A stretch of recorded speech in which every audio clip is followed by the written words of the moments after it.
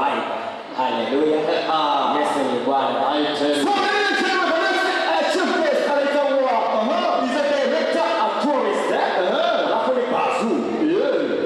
Kenya akona gate kama 6 kabisa. Mabroti pale Westlands. Tuweze sababu kwenye mabroti. So ladies and gentlemen, ready to show you a love for Moika Church.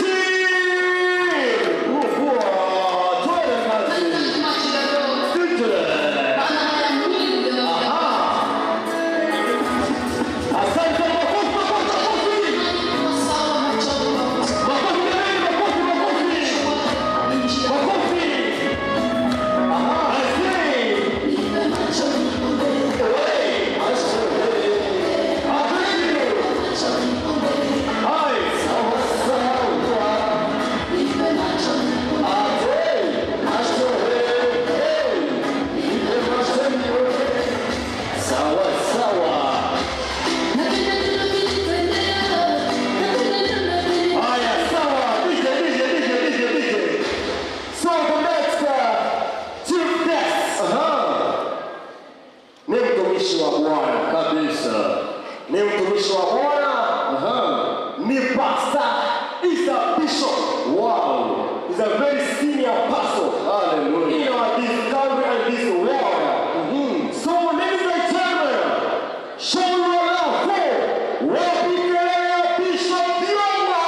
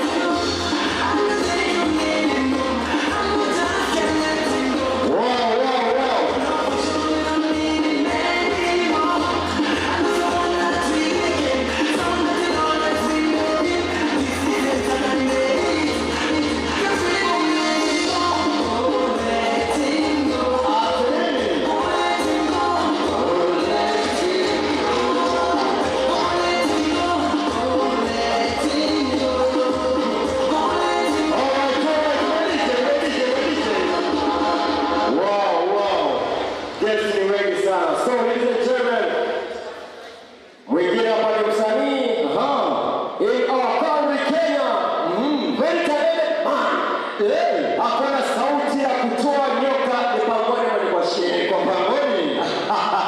So let me show you a love for Moika PK. Tuwe kazi. Aya. Hepa pambiro. Ate.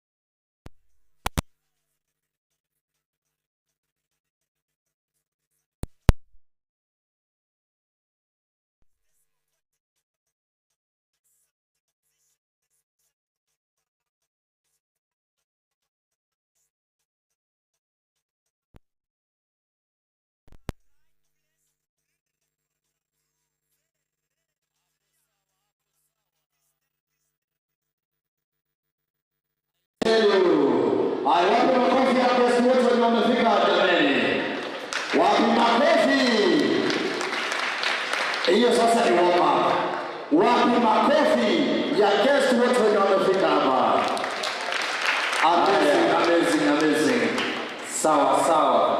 MC. Kuna mtu mwingine hapa very important person. Mwenye amefanya tukue hapa.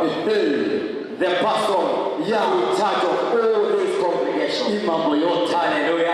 Amen. Hallelujah. Hallelujah. Asante sana. So tafadhali tusimame juu tushangilie Kenya yetu. Twende juu. Twende kwa heshima tu. Kila mtu juu.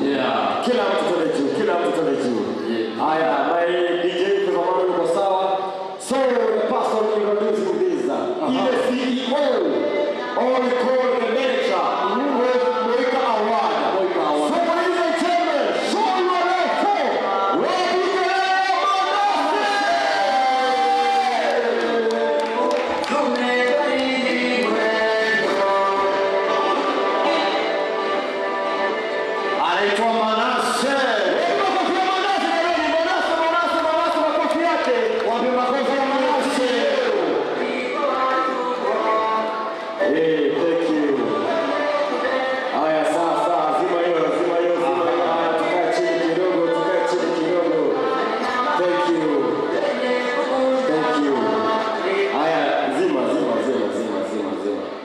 So, my DJ, for the national anthem of East Africa, we are ready. So we are going to start with our prayer as Kenyans. Mungu wetu. Sawa. Najua nimewachokesha. Tusimame tena. Haya, my DJ, for the both Kenya and East Africa. Are you ready?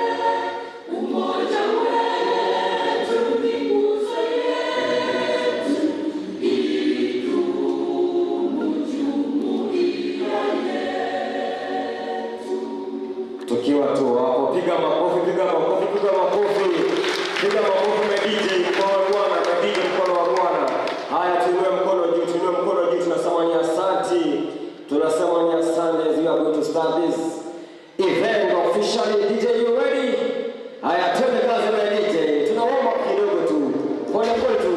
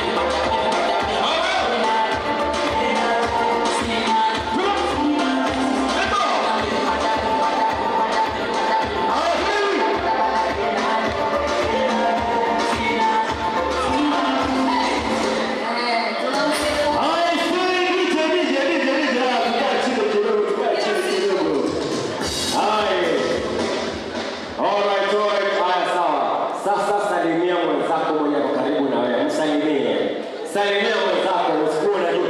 Muulize anaitwaje. Muulize anaitwaje. Acha nikusalimie. Uliza ni kijana mdogo. Unaitwaje kijana? MC China. Chama ni wame. Hallelujah. Unajua nasema anaitwaje? Unajua anaitwaje? Amejua. Umejua anaitwaje? Bishop. Umejua msanii anaitwaje? Aje msalimie. Bishop sahihi maana ya sita ndio maana na wewe. Au tu msanii anaitwaje? Bishop, Bishop. Sema please. Nitamwona hiyo gari. Hivi bana sio anyway sawa. So ladies and gentlemen, officially welcome to this event of Moika Awards. Is a moment of inspiration. Kenya Awards. So we are much welcome. Alafu sasa kwa pale nje tafadhali ingia ndani. Where we start this event. All right? Alafu nimesema ukisikia kiu kuna maji kwa hapa free of charge. Inaitwa jibu. Inaitwa jibu. Is free of charge. Ukisikia hapa kuna kunywa maji pale. Alafu pia niko na food, niko tu hapa nje, niko pale kwa hema, niko pale. Sawa kabisa. Go take your drinks there, some juice, some meals, niko pale. So for the weekend, MC, tuambie kitu. Yes, I tell you, mambo iko sawa, mambo iko live. Kuna food na I tell you. Kama uko na rafiki yako, ulimkaribisha hapa na ajui hapa ni wapi? Hapa tuko MKU, I tell you. Exactly. Unajua MKU inamaanisha nini? Hebu tuambie. MKU. Mount Kenya University. Hapa tuko Mount Kenya University. For all moment of inspiration Kenya Awards. Maybe season 2. Season 2. So before to hapo, niko na msanii hapa na Favor Manuel. Favor Manuel anapiga shughuli kidogo tu. Favor is Favor in. Haya, ako hapa. Haya sasa before Favor tunite and what OTCs. So this is season 2. Season 2. Moika Awards. Moika Awards. Sisi tunapiga shughuli safi. Mambo ilikuwa vile I tell you. So ladies and gentlemen, show love wapi kelele ya mwimbaji wa gospel. Show love wapi kelele ya OTCs.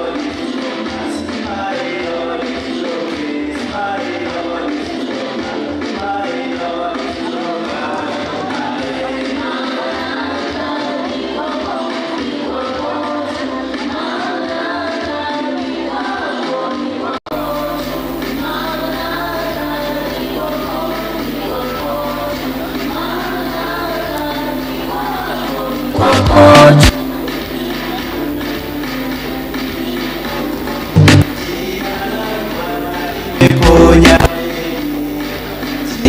lake Bwana limeponya. Kia Yesu hakipita, alipita akisema, Oh Son of David, have mercy on me. Nipate kuona tena, ewe Mungu wangu, Bwana wa Israeli, ewe Mungu wangu, Bwana wa Israeli. All glory be to you, Lord. All the glory be to you, Lord. All glory be to you, Lord. All the glory be to you, Lord. Bwana akiwa nami, nimwogope nani? Bwana akiwa nami, nimwogope nani? Mamlaka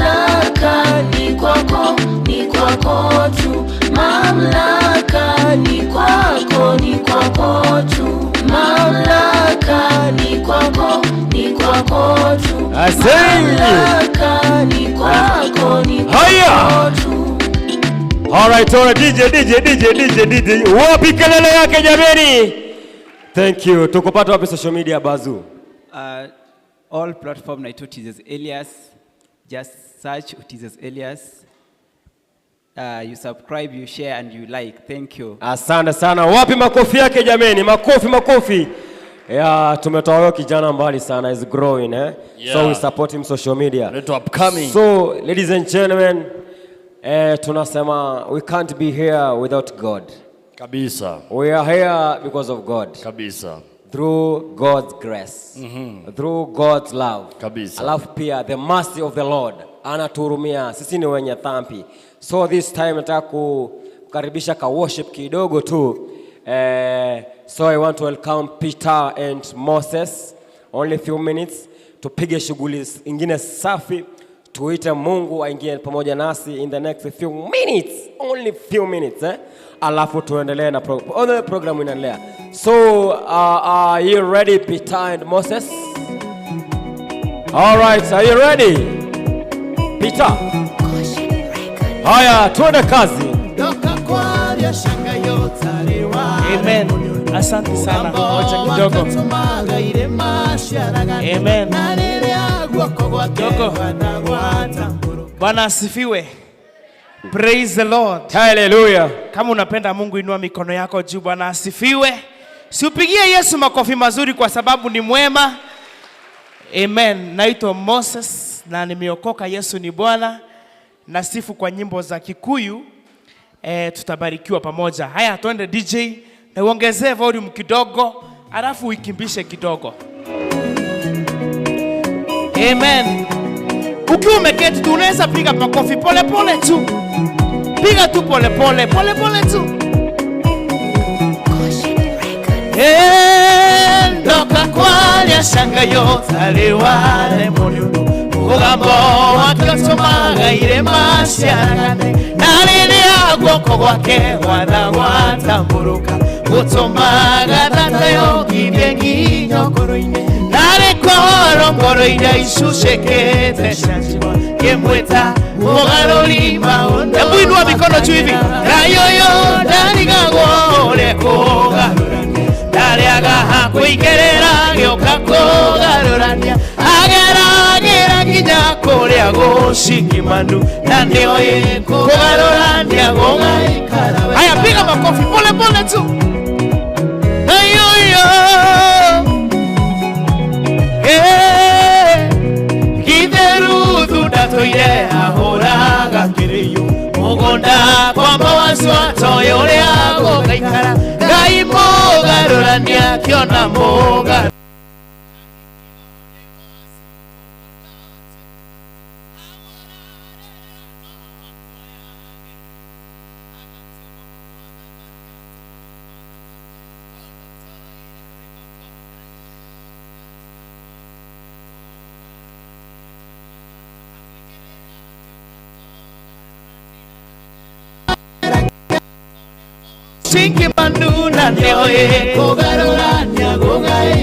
Haya, pigia Yesu makofi. Makofi.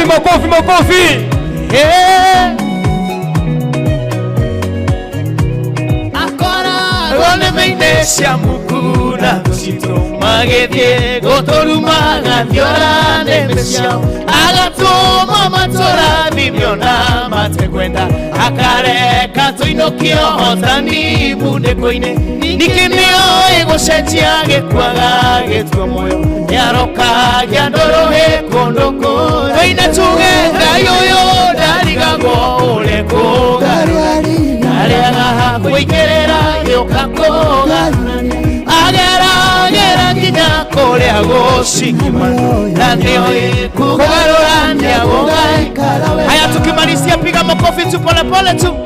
Makofi. Hayo.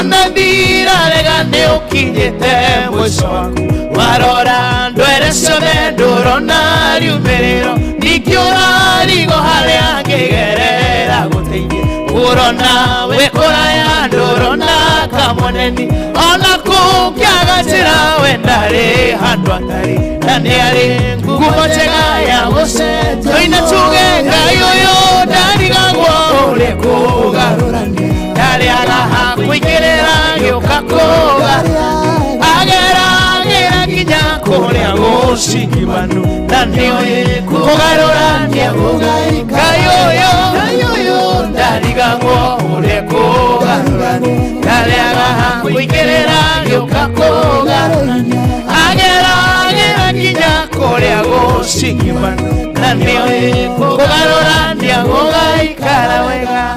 Haleluya, wapi makofi yake jamani? Tukupate wapi? Wacha haraka. Wacha haraka. Asante, mimi naitwa Moika Worshiper pale YouTube, TikTok na Instagram, Moika Worshiper. Manase is my covenant brother. Wow. Asante sana. Karibu sana. Wah, my friend. Hebu mpe mic kidogo. God loves you. Budget. Tuanze budget. Pesa ngapi? Hii ni tao ngapi? 6. Shikana. 800. Gai, kiandutu. Ni ngapi? 600. Gai. Kumbe ni cheap, kwani ulinunua wapi? Iza kweli.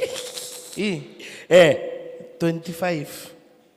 100,000 za Kenya ama Tanzania? 100 za Kenya. Kaki 1000 kama hii yako 1000. Yangu si 1000. Anyway, bigger bro. Asante sana. Haya, pita. Show your love for. Wapi kelele ya pita ndani ya mjengo. Thank you. Bwana. Waimbaji wa gospel bwana. Bwana. Hallelujah. Yesu ni Bwana. Ni pesa inatembea huku. Thank you.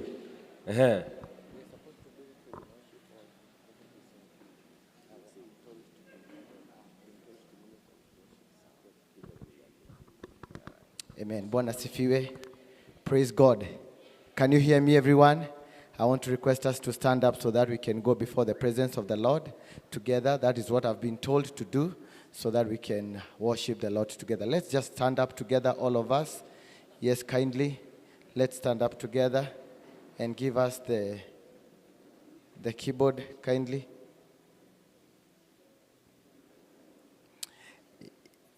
Yes, we are grateful to the Lord because of this opportunity that He has given unto us. My name is Peter Kenyajui. I come from Kiambu.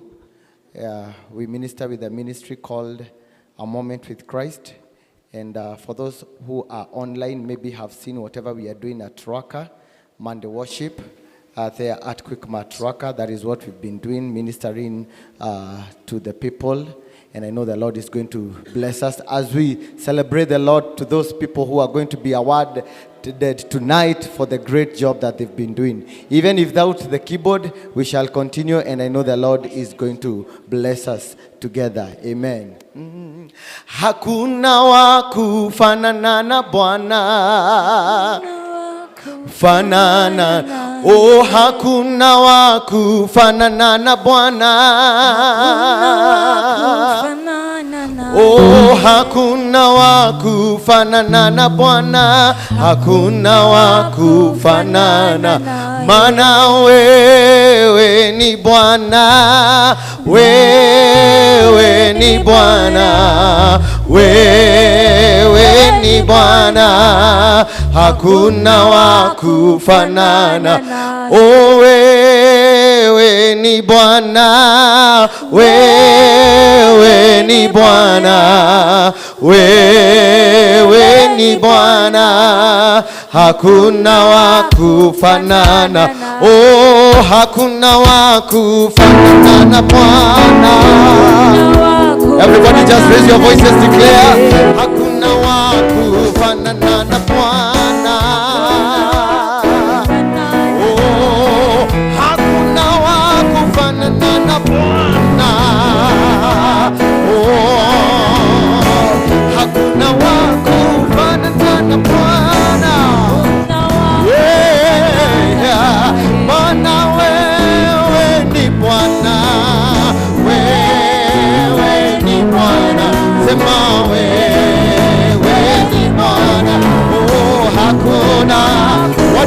clap your hands together like that. Wewe ni Bwana, wewe ni Bwana, sema wewe ni Bwana, hakuna wa kufanana. Oh, ukibariki unabariki kabisa Bwana.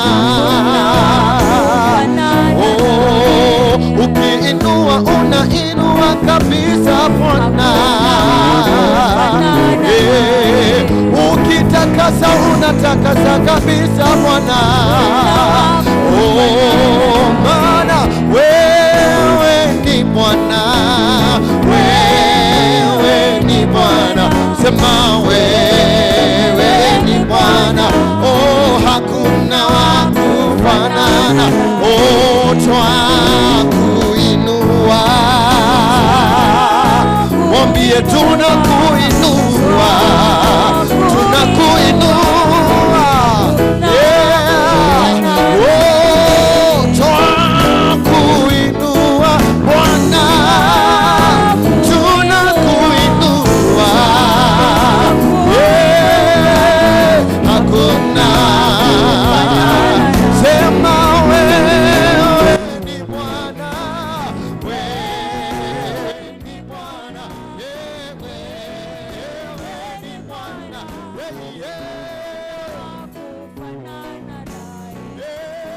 haijawa rahisi kufika hapo.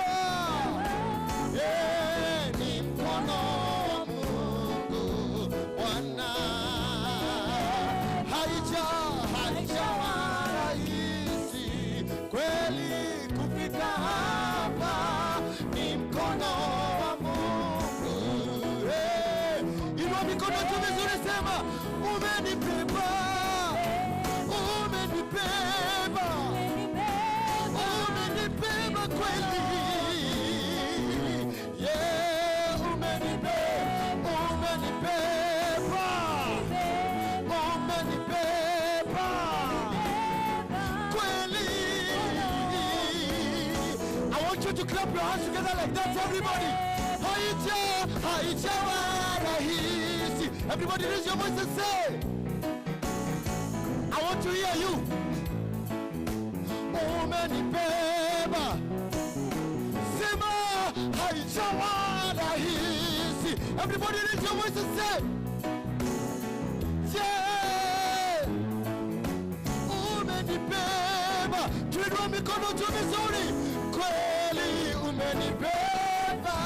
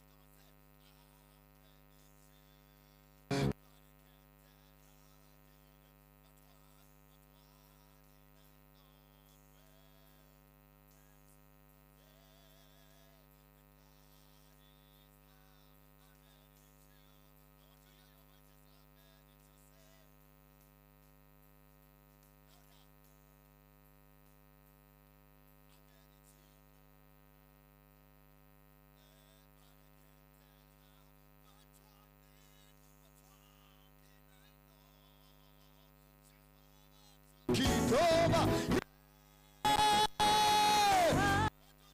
Up your hands like that. I'm ready to say, I'm ready. How I did it, I'm ready to. But I can't tell how I did it, but one thing I know, yeah, Jehovah took it over, and that is how. For your mercy never fails me. Everybody say, all my days I've been held in your hands, yeah. From the moment that I wake up, yes, until I lay my head, oh, I receive of the goodness All my life, Lord, all my life you have been faithful. Everybody come and say, all my life you have been so good. With every breath that I am able, yeah, oh, I will sing of your goodness, oh God. Say, all my life, Lord, all my life you have been faithful. Everybody, I want to hear your voices declare, all my life, Lord. Hey, with every praise, shine, oh, I will sing of your goodness, of God. Why don't you just appreciate the Lord tonight, everybody? Hallelujah. Asante sana, asante sana. Thank you very much. Wapi makofi akina Peter, wewe makofi. Makofi, makofi, makofi, makofi. So before tukae chini, so nataka tupeleke kwa baba. So Bishop karibu Bishop, no Bishop Diongo, just pray for us. Yeah, thank you. Asante, yes. Thank you for such a wonderful time that we've had. Thank you, Peter, for your blessing us. I think and I know we are in the mood where we are in the presence of God.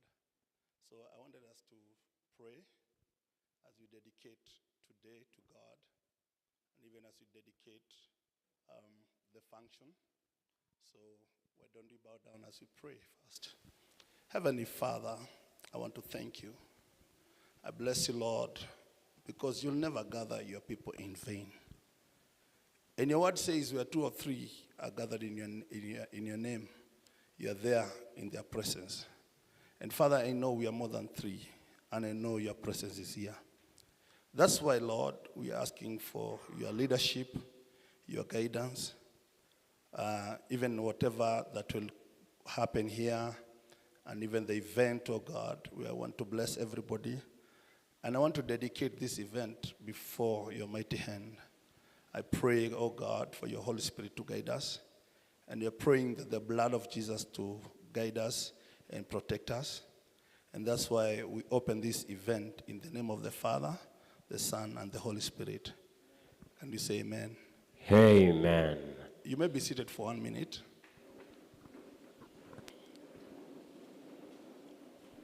I've been told as we dedicate today before God, it's important I also introduce myself. My name is Bishop John Paul Thiongo, Senior Pastor of City of Refuge Church here in Thika, Makongeni. And I know many of you have visited me. And apart from that, for some time, I was a patron of KUKSA, which stands for Kiambu University Student College Alumni Association. And I've mentored so many people. And I'm really grateful to what God is doing. And one of the young people that I've mentored is Manasseh. And we have ministered with him. And I'm really proud of what God is doing through these young people. You can see Moika is called Moment of Inspiration, Kenya Awards. I believe that through the inspiration, and even as we get awards, we are going to give God all the glory. Amen. So I don't want to speak a lot. In fact, some of the people are saying, Bishop, we don't want to mix you with politicians. And I said amen, but I've moved with politicians for some time. I remember in 2007, I campaigned for one of the presidential, and we were ahead. And it taught me a lot about godliness, about standing with God. And I realized we cannot, through inspiration, we can have the right leadership. And this is also the moment of leadership, because you, the young people, you hold our leadership. And And I know the Gen Z are the ones who are going to determine even the next election, because we have the power. But all that we just need is a little motivation, a little inspiration. And for me, I'm praying for the Gen Z, number one, to get a true leader. Because a revolution without a leader, it does not have direction. Number two is for them to be inspired and to stand with the truth, even to the end of the age. Let me give you very shortly something that happened to me in 1990. In 1990, I was a Form 3 student in a school in Nakuru. And I was in the drama club. And we did a play, Fighting for Multi-Party, for those people who remember. And I remember when we went the first hit, we were disqualified because of the theme. And then later, Moi University, they had to strike because of our play. You know, that time talking about multi-party was very hard. And this second time, we were disqualified. They said we had hired people from university to come to the secondary school level. And then in 1991, we did a play on HIV, which we still won, and we won. But because that time Kabarak High School was known, again we were disqualified. Our school, we did not even have a basketball team. You know, some of us, we have come from far, you know. And later, when we looked at what happened in the country, the president of that time was able to repeal Section 2A, and multi-party came. We clamored for change, and change came. Now, years later, I'm trying to see, I may not have that strength to run with tear gas. I may not have that strength to go to the street, but I have the strength to say, let the young people be inspired.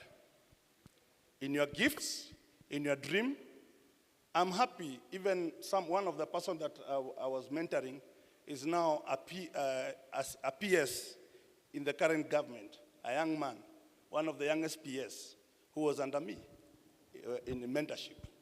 So, Manasseh, let me tell you, it is possible. Every dream is valid. Every call is valid. So long as you receive the call from God, you don't need to worry about other people. And sure enough, when I look back, when God called me and called me into the ministry, some people never thought I would last. Some people gave me time. They gave me 1 year. They gave me 2 years. And I cannot forget one time I told people I'm going to go to the US. You know, there was a time America was America, not like now. Because if you are going to America, your grandmother, your father, the whole village, you even have like 3 Nissan, they'll take you to the airport. You remember those days? I know, Grace, you know what that meant. And going to America was a big thing. A big, big thing. And because I was very, very ambitious, I told people around in our village, I'm going to go to America. And because I was not wise, I even told them the day I'm going for visa interview. I had confidence. I will never forget when I went to the counter and I gave out my paper. My other name is called Gikore. And the white lady said, Mr. Gikore? I said, yes. And then she told me, I'm sorry, I will deny you to go to America. And she did like this, poof. And then she threw my papers. Actually, I was collecting them from down. I had been denied my dream to go to the US. And I remember one of the guys we were with in Bible school followed me and asked me, Pastor, I know you got a visa. You can imagine how I felt knowing that I was denied the visa. You know, I felt like telling him Ndakugonga, and I'm a pastor, because I had been denied the visa. I could not believe again. I went again the second time.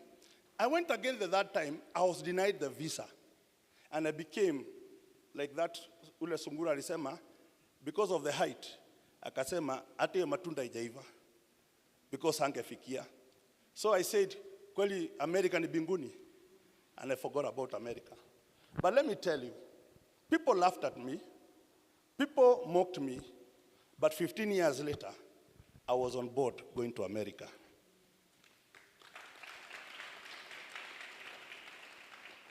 So all that I'm saying, all visions and inspiration is varied. You can make it. Not everybody is called for leadership, and not everybody is called for business, but follow your passion, and God is going to lift you. May the Lord bless you. Hallelujah. Wapi makofi ya Bishop? Asante sana Bishop. God bless you. Thank you very much. So this time, I want to welcome the owner of this university, the president of Mount Kenya University, 2025-2026. Yeah. So ladies and gentlemen, show your love for Wapi Kelele Evans Kiprono! It's a good evening to all of us. Bwana asifiwe. Asifiwe tena. It's an honor having all of you, the chief guest who are here with us, Dr. Chirchir. We have also our bishop and all the protocols which have been observed. I have my Mkusa leaders and also the students who are here. Have joined this memorial event that will be one and only for this semester. It's an honor to have all of you. I'm Evans Kiprono Korir, a student here, and also privileged by the grace of God. I'm serving as the Mkusa president, and I'm here to welcome all of you to Mount Kenya University, Thika main campus. This event is for all our students. This event is for all of us. Let's own it. Apologies to all of us because we were supposed to start early, but we are having ongoing exams for the certificate and diploma students, so it took us some time to do some arrangements and also in terms of logistics. But because we have started, I do believe we will be able to achieve our objectives. Receive greetings from our Dean of Students, that is Dr. Emmanuel Awar, was to join us, but he is organizing also the admissions for our students who will be joining us tomorrow, that is DeBell, and also on Sunday. But he was willing to be here, but because of the same, he will not but receive greetings from him. Now to our guests and also to the students who are here, the event is officially open to all of us. Let's participate. Feel at home. Security is at its optimum. So whatever you will need, reach out to our ushers who are here, and I believe we will all be blessed. You are highly welcome, our chief guest, and also the guests who have joined our CEO, that is Manasseh. Thank you also for recognizing our institution, that is Mount Kenya University. It's a pleasure hosting you. I have my Mkusa leaders. I will request them to stand wherever they are. A clap for them as they stand. From the far end, I'm having our sports minister, that is Prince Mutuma, and the second is our finance minister, that is Sheikh Mohammed, and we have now the host of the entire event, that is our entertainment minister, Gabriel Stanley. A clap for him. So that is our entertainment minister who have made this event today to come to our success. We also have our VP. I think she has left, but she will be coming in a few, Nyamfula Joy. So all of us feel at home, and we now welcome all of you to this event, and we can proceed from there. Highly welcome and feel at home. Be blessed. Asante sana, welcome your president. Thank you, Evans Kiprono. Asante sana, wasn't. So this time now, we want to welcome the CEO, the Bazu himself. So now, my DJ, so ladies and gentlemen, now let's welcome a very warming welcoming. Tunapiga tu makofi kutoka pale mpaka kuja kufika stage. Makofi tu. So ladies and gentlemen, show your love for Wapi Kelele ya Manase. Ya sana tukijiita wa Kenya, nchi yenye baraka. Kenya nchi yenye baraka. Tumekomboa Kenya, taifa letu tukufu, tumebadili mwendo. Diamond, DJ. Asante sana. Shika mkono ya baraka. Asante Hiyo mkono yangu ni ya baraka sana. Thank you. Asante sana. Distinguished guests, esteemed colleagues, and honored our days. Good evening. I stand before you today, a humbled man, to appreciate you, to appreciate your patience, for ensuring that even when our arrangement went down, you were still patient up to this time. I appreciate the time you've taken to come so that we can celebrate our talents in shaping our generation. Moment of Inspiration is an organization that seeks to recognize, inspire, and award outstanding personalities within our Kenyan communities, fostering creativity, innovation, and shaping the future generation. Moment of Inspiration believes that there is power in empowering. Moment of Inspiration believes that there is a place where talent meets inspiration. And so Moika Awards stands to ensure that we equip our young generation, to ensure that our young generation they not only depend on academic qualification, but they depend also on other things that they can do best. Moment of Inspiration began 2022 as our subgroup where we were soliciting funds to clear school fees for 2 students. And then we done that program. 2023, we now said, now, let's embark on a journey of empowerment. Let's empower our young generation. Let's ensure that we have a generation that does not only rely on basic things, but rely on the gift that the Lord has given them. And therefore, Moment of Inspiration 2023 began a program of equipping our young generation with the digital economy.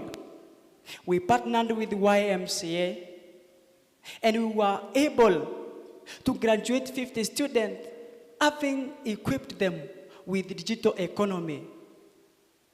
And we believe that it is not only about blaming, it is about what can I do now that the situation is like this. It is not about the game of blame game. It is about where can I participate in the development of our country. Moment of Inspiration stands to ensure that our young generation steps out, showcases what they can do best, and ensure that we nurture the skills. And that is why we stand here today to celebrate our young generation, people in business, people that we have seen and recognized that they are worthy of celebration. Moment of Inspiration stands to tell our young generation that it may not be easy, but still stay on your course. One day, the work that you are doing will meet the right eyes. One day, whatever you are doing will make sense. It may not make sense today, but tomorrow it might make sense. And Moika Awards now welcomes you to celebrate all the nominees that participated in this award ceremony. Because it shows it is not about the award, it is about the inspiration that is coming from that award. The inspiration that you can do it even better. The inspiration that, oh, I am not doing this better, but I can still do more. And therefore, Moika Awards stands to tell our young generation that there are opportunities that you don't need to be taught in class, but even the talent can take you somewhere. And therefore, Moika Awards today stand to celebrate the achievement of young people, the determination, the elegance of our people, of our generation.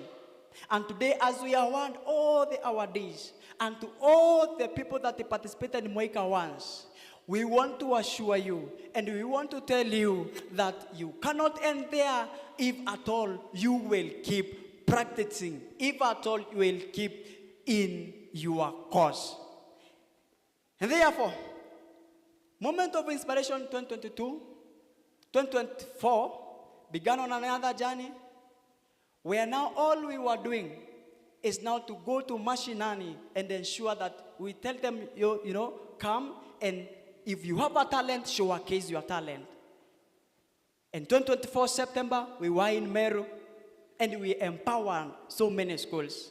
We have been doing charity work together with a molding organization care, and we have seen truly a transformation that young people can bring in our nation.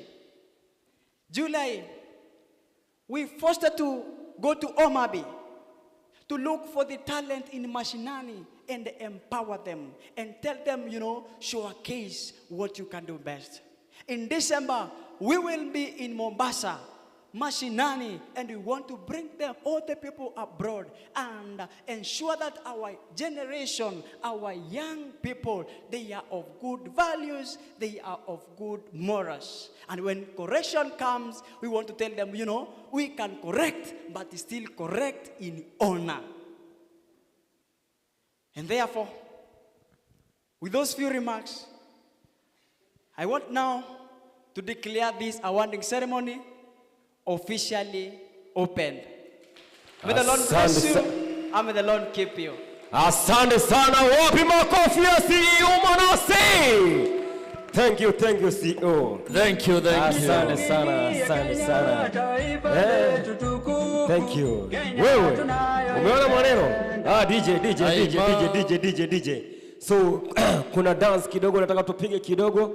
So DJ ulikuwa umepewa hiyo kangoma ya salsa. So ladies and gentlemen, nataka tuchangamke kidogo na dance. Show your love for the salsa dancers. Hawa ni wakali. Yeah, mwana. Aha. Waachie stage. Relax. Watch. Tunataka tuingie na style. Haya. Twende kazi. DJ, rudisha kitu sasa. Aha. Wataangusha hii tutoatoe. Hawa ni wakali. Aha, iko sawa.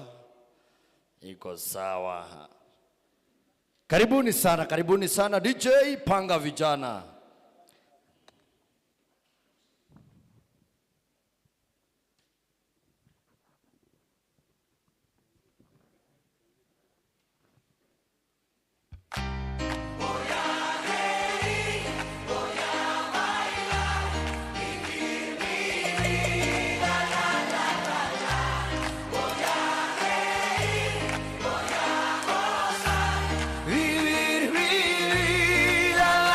La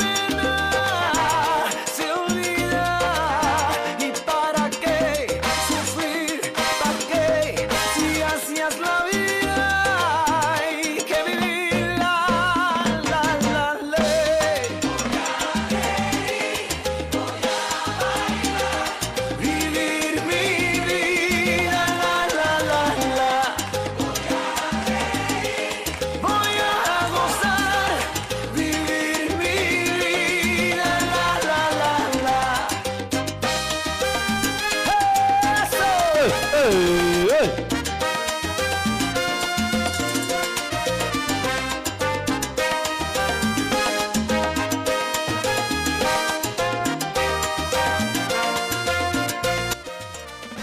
a vivir el momento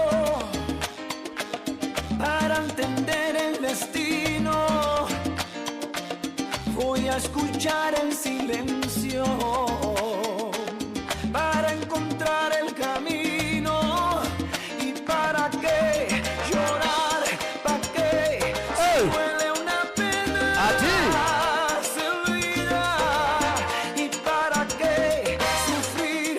¿Para qué? Si duele una pena, se olvida. La, la, la.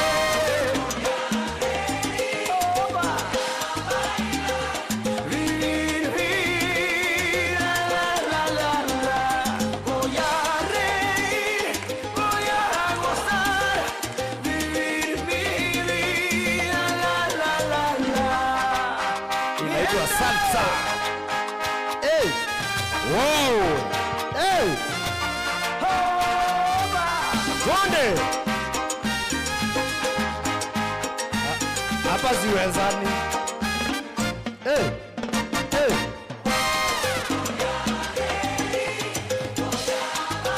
¿Para qué sufrir? Empieza a Thank you. Thank you. Twende. DJ. una sola. Wow. Bikelele jamani, makofi. Gocha. Wewe. Umeona? Nimeona. Nani chairman? Nani chair lady? Haya, shika tupe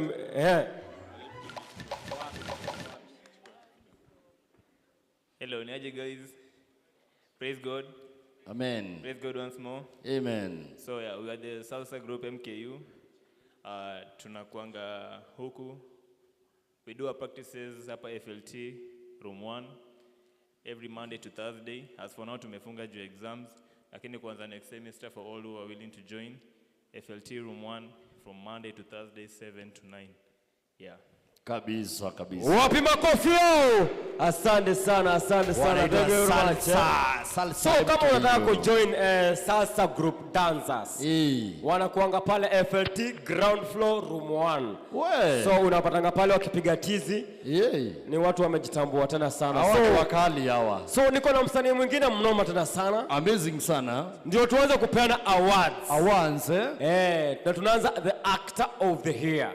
So before tuingie hapo, niko na msanii mmoja wa mwisho. Noma. Huyu jamaa anaimbanga gospel. Mkali sana. Anaweza imba benga. Anaweza preach also. And he is a poetry. Kabisa. Ama spoken word. So ladies and gentlemen, this guy amepiga show nyingine pale Nyayo Stadium. Moja tena mbaya. Moto sana. He's a killer. So show you a love for wapi kelele ya Favor Manuel.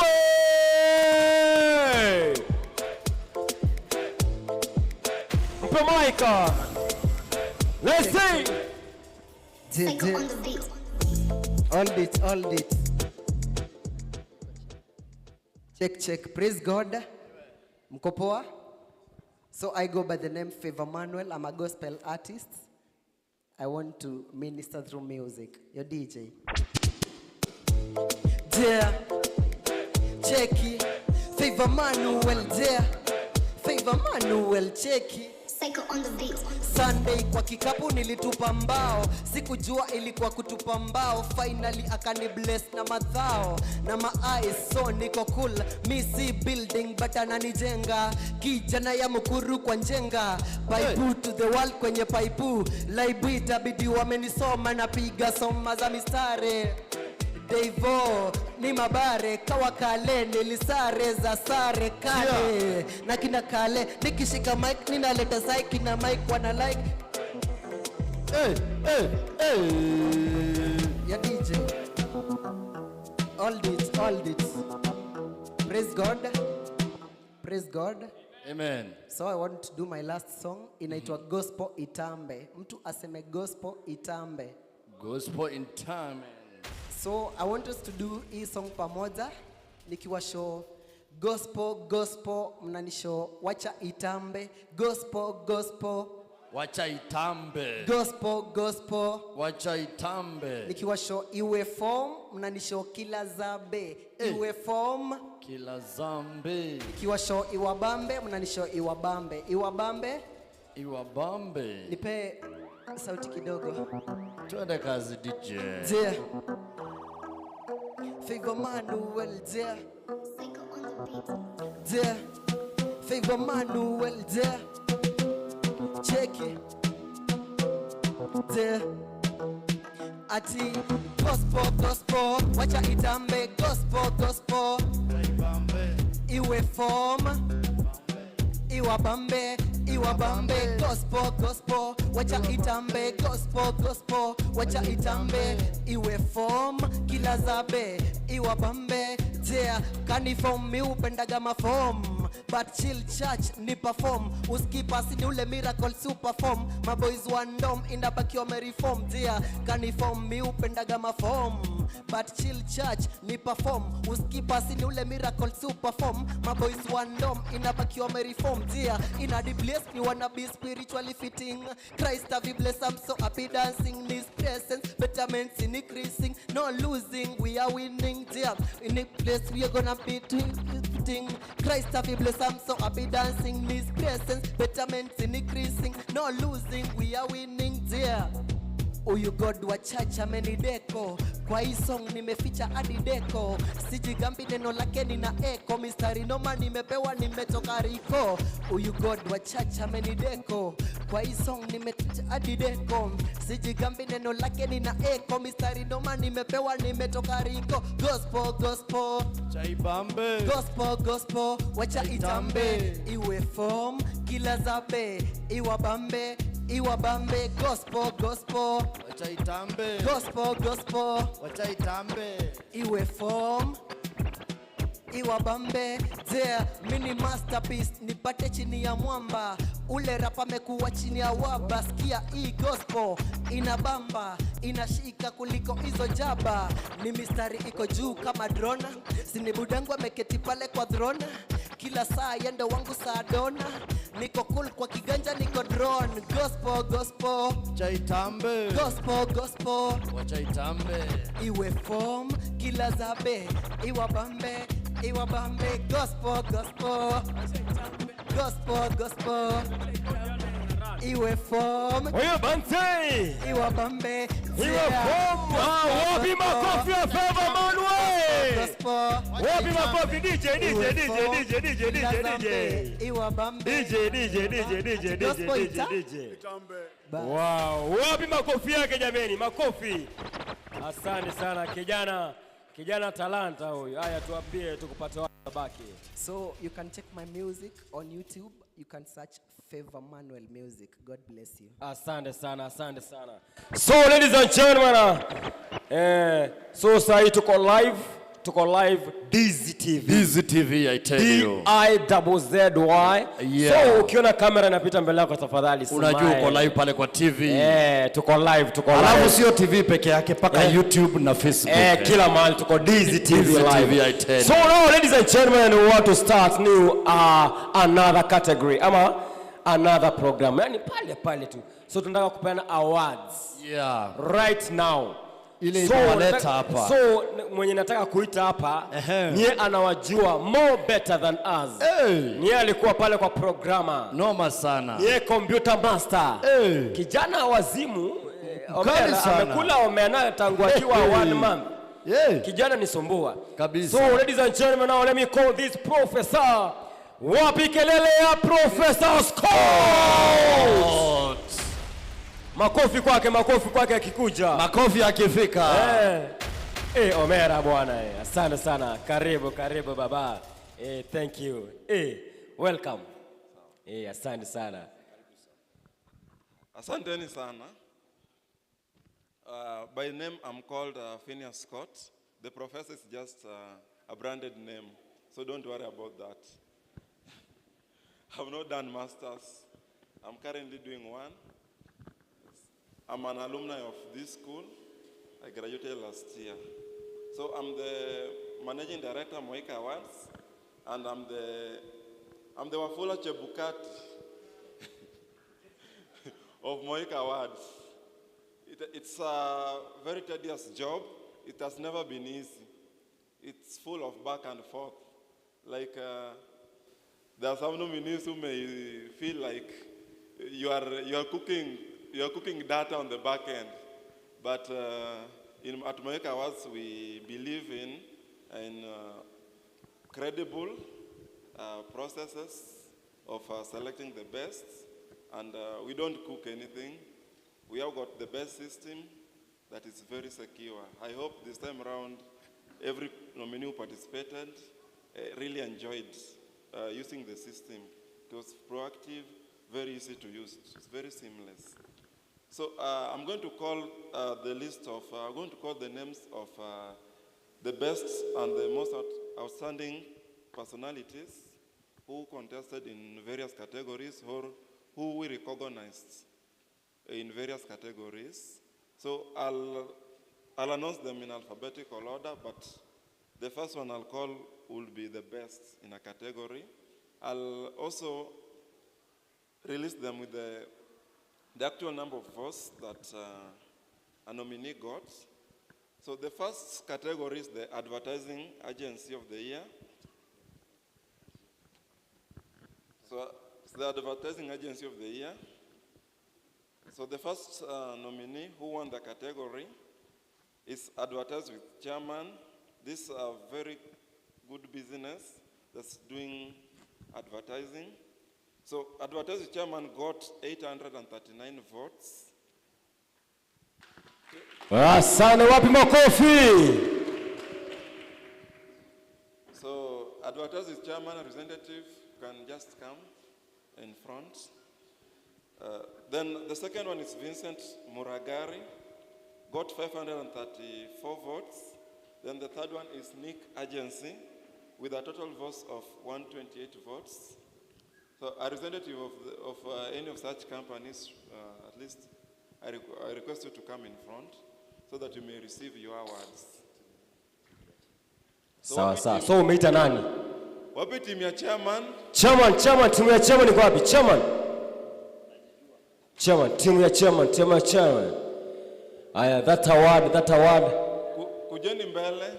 The award very fast. Just come over here. Take time. Aya, bring the award. Just come in front. Aya. Hapa mbele. Pita hapa stage. Hapa to direct. Please be jovial. Winners are always jovial. Smile kijana yenu wine bwana. Thank you. Aya. Sawa. Good. Where is Vincent Muragari? Vincent Muragari. Amekuja? The Nick Agency. Please come in front and asante sana. Thank you. Wapi makofi yake jamaa, makofi. Asante sana.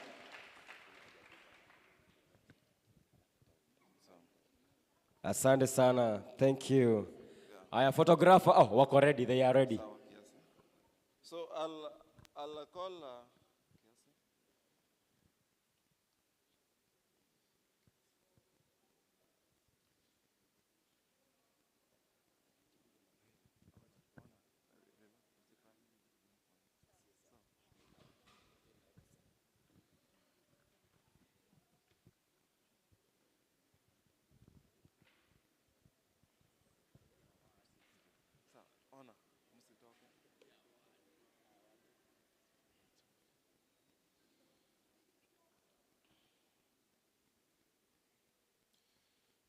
Chuk.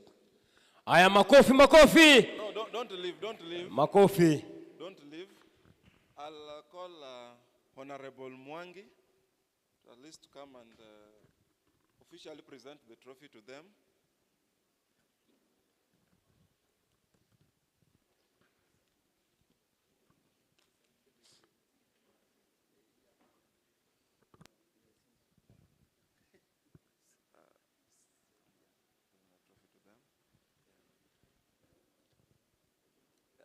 At least you can clap for them as they receive that trophy. Yeah, thank you very much.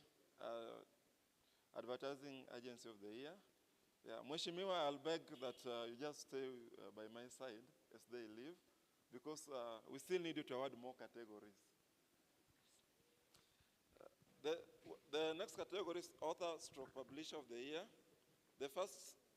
The best nominee is Fred Mutwiri with a total of 1,401 votes.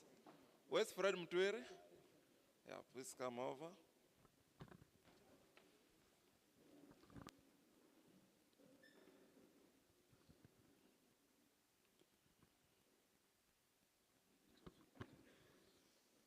At least you can speed up as you come. I want to save on time.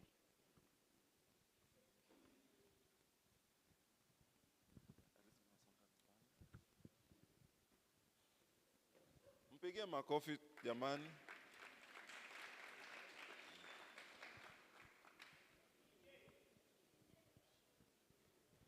DJ, you are failing us.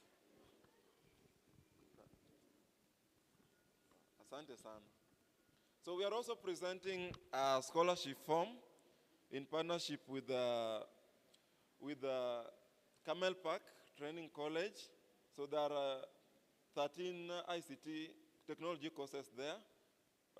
Moika Awards has paid 20%, so it's a 20% scholarship form. You can choose the course that you want so that you apply. We'll pay 20%. Congratulations. Asante sana. Thank you.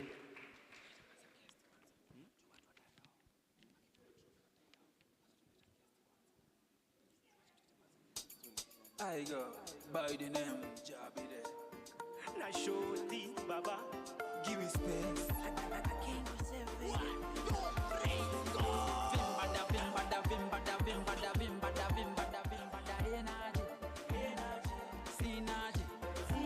All right. Kidogo DJ, asante sana. So this time I want to meet our guests.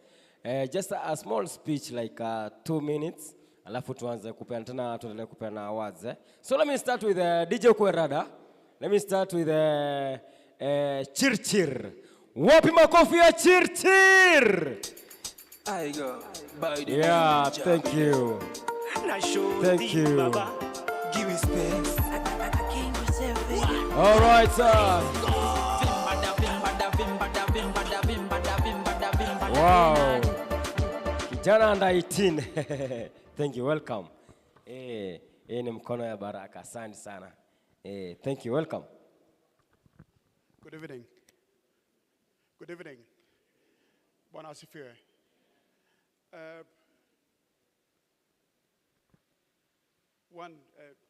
To the organizers, the CEO, guests who are invited, all these beautiful faces, good evening. I really struggled myself to come here because I was given about 6 hours notice to come for this event. And I was told not to leave this stage without some nuggets to the guys who have received the awards tonight. But let me paint a picture. The bishop has painted the picture in this country. The energy is around this room. We are on our sunset days, but I'm very happy that the team that is coming to take over from us are vibrant, energetic, smart, self-driven, motivated, all those attributes that are here with you. But I want to disturb your peace a little bit. I work for the National Counterterrorism Center. My background is military officer.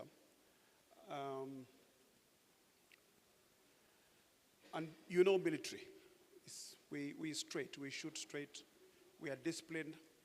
We don't know how to beat around the bush.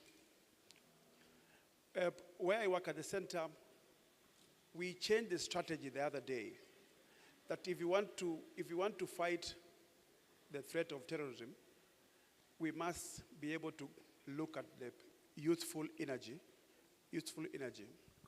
And just this moment of inspiration, And I'm going to work with my new friend here, the CEO, to ensure that how do we plug in as a center towards supporting such kind of initiative.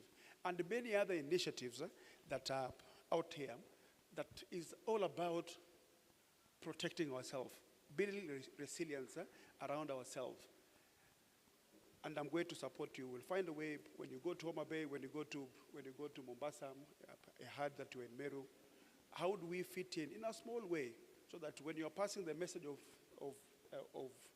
inspiration, you can be inspired, but if you're not secure, then there's really nothing that you're going to do it. But let me disturb your peace a little bit. Last Saturday, it was raining in Nairobi, and I'm a CBC parent, so we had an assignment. So I left very early in the morning with my son to drive and visit monuments. You know, Tomboya Monument in Nairobi, Denard Kimathi Monument in Nairobi. Then we went to one of the Johnson Murumbi's art gallery. But before we got to town, there was red light. So automatically, all the vehicles stopped. But everybody kept on zooming. So my son asked me, why are these people crossing the red light? So I really had a difficult conversation inside me because I don't know the right answer to give to this child.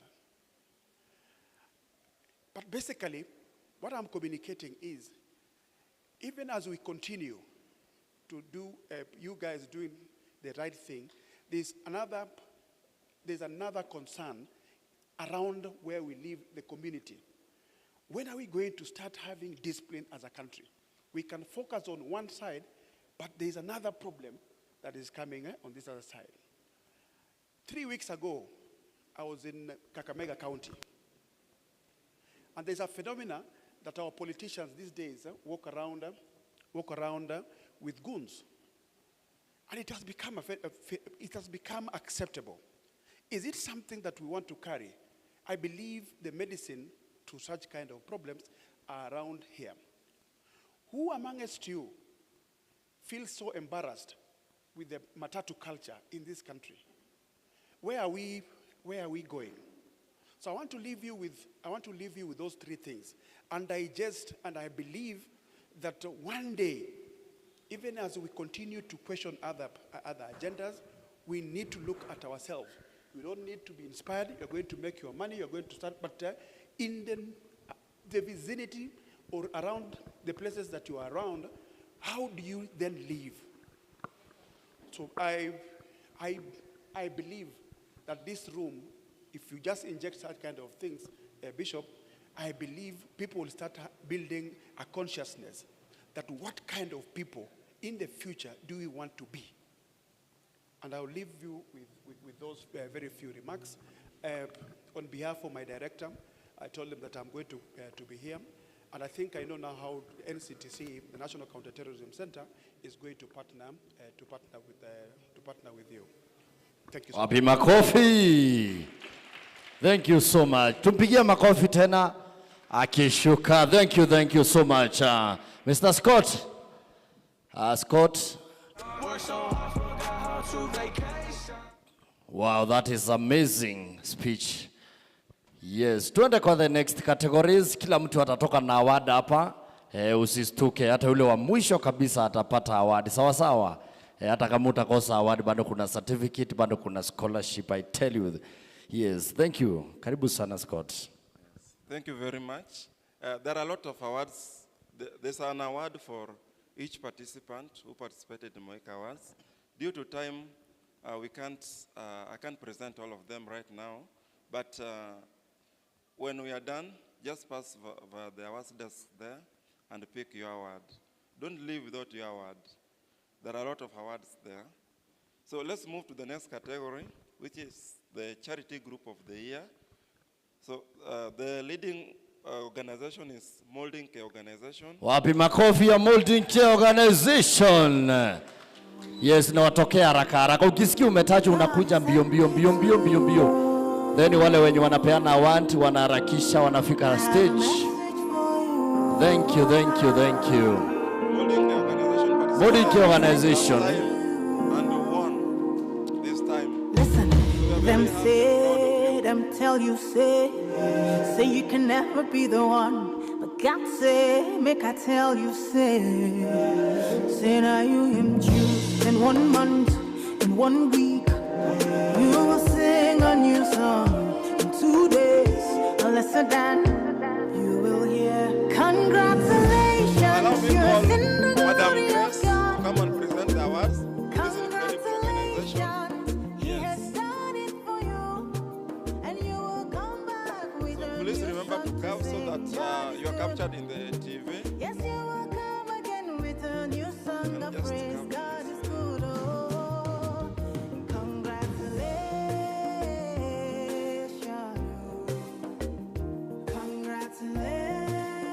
Congratulations. Congratulations. See what the Lord has done for you. Congratulations. God is good. So I'll request you, madam, because you have not been covered in the TV. You also I see, I've seen that. God is greater than that. Who can battle with the Lord? Nobody. Who can change his mind around me? Through many years, asanteni sana. I have seen his faithfulness ever and ever. Yeah. Congratulations, I have seen the glory of God. Congratulations, he has done it for me. Please, And let's I take have one. come Let back us with give a the new banner. song to sing. My God is good. Yes, I will come again with a new song of praise. My God is good. Congratulations. The next category is Christian Union Chairperson of the Year. And the winner is James Haira. Hey. Where is Pastor James Haira? Wapi makofi.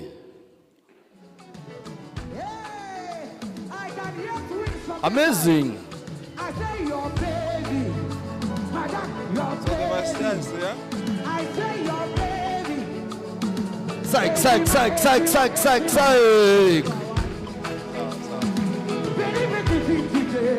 Karibu sana. Where are Christian Union members? You also come and take a photo. So allow me call Mr. Chirchir to come and present the award. Chirchir, wapi makofi ya Chirchir. To MKUCU.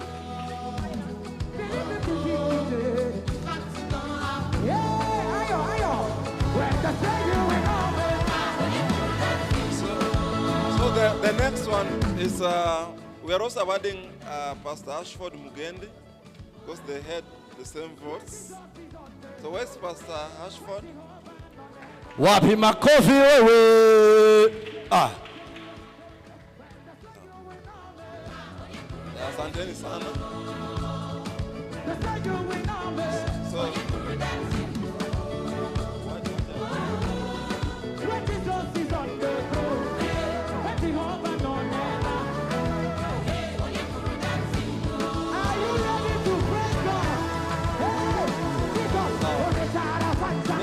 Haya, karibu sana.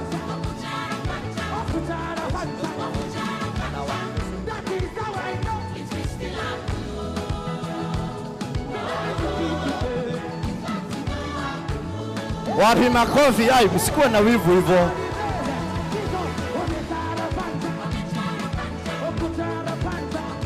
Amazing. asanteni sana. Continue doing the good work. Group photo. Aya, group photo. Aya. Tokea. As they take group photo. Aya, group photo. Wapi makofi? The next category is climate change. Activist of the Year. Climate change. So the winner is Benjamin Mwanguma. DJ.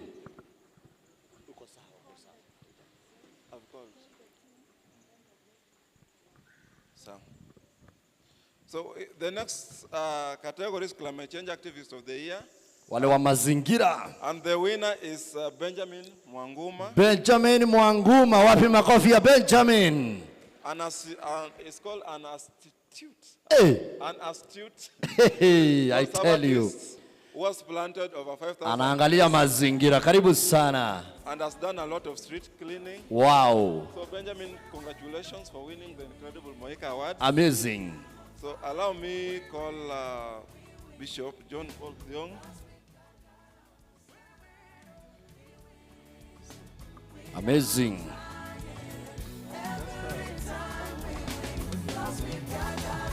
Wacha tuongeze mwingine sasa.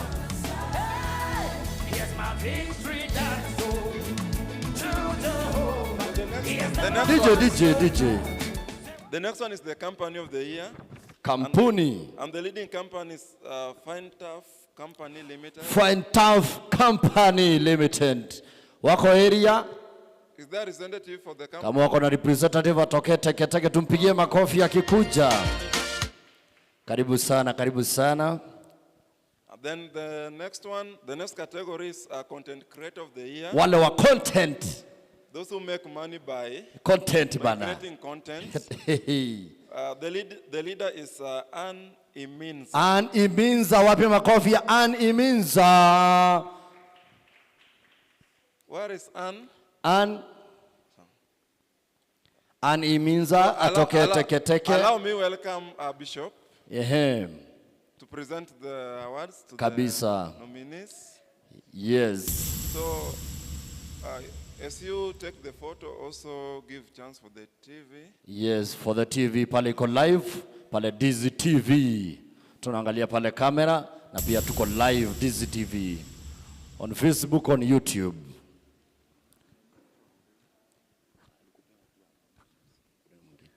Aya, ndio hiyo the next one. Apewa awadi yake safi. Pale kwa kamera, pale kwa TV, tuko live. Weka storm. Amazing. Congratulations. Weka storm. Asanteni sana. So the next category is the Creative Artist of the Year.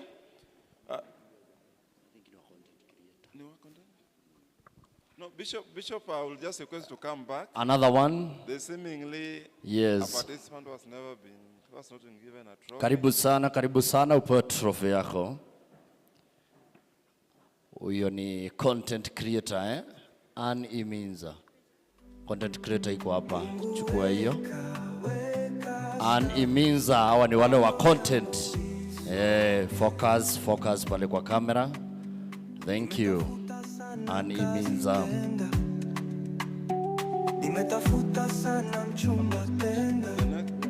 The next category is the creative artist. The next category is the creative artist of the year. Creative artist. And the winning nominee is Oyondan Omondi. Oyondan Omondi, wapi makofi ya Oyondan Omondi. Oyondan Omondi is the CEO of the Premium Tech. DJ. Premium Tech Graphics. Is a 5-star. Wow. Creative designer. In case you may need a creative designer, there's a young man called Oyondan Omondi. Oyo. Yes. Karibu sana. Nani atampea award? Itia mtu.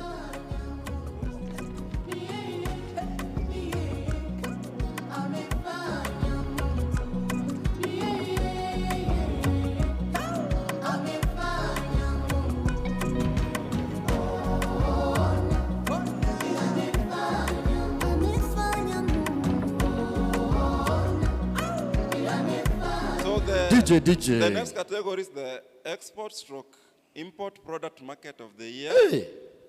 Wanatoa vitu za majuu. Yeah. And the winning nominees Mary Wanjiru. Mary Wanjiru, wapi makofi ya Mary Wanjiru?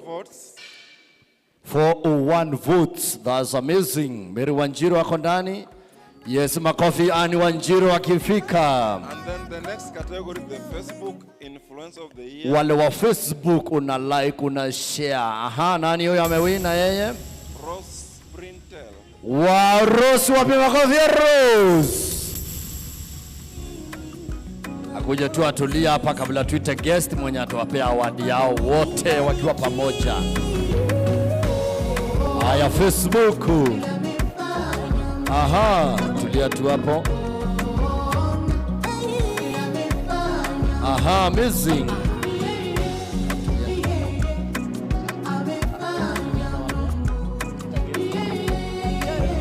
Allow me call Mr. Peter K. DJ. Honorable Peter K. Kama ako ndani ya mjengo, karibu sana. Wapi makofi ya Honorable Peter K? Karibu, siwasikii makofi. Mko na wivu? Hey, hata wewe utashinda siku moja. Karibu sana. Tunaanza nani huyu? Rose? Rose ako wapi? Karibu sana. Pewa ya wande na Honorable Peter K. Na kuna pale wako live, utarudi nyuma kidogo juu ya pale live. Nice one, amazing. Na pia kamera tuna focus. Congratulations. Wakuchekwa kudharauliwa, ila Mungu ana maguvu Bwana, leo ikipita wanaita amazing. Aya ha. Honorable tulia tu hapo. Congratulations. Premium kuja mbele. Chukua award yako safi. Congratulations. Wow, haya tuangalie pale live. Na pia tuko pale kwa kamera. Kamera iko hapa. Amazing.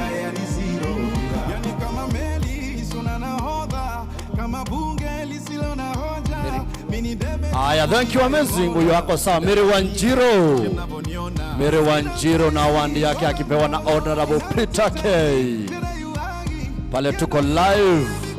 Na hapa tuko kwa kamera.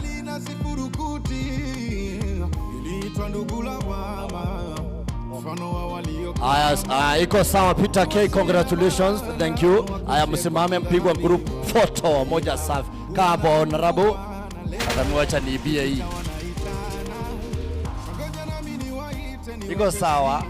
Iko sawa, congratulations for the good work. Twende kazi.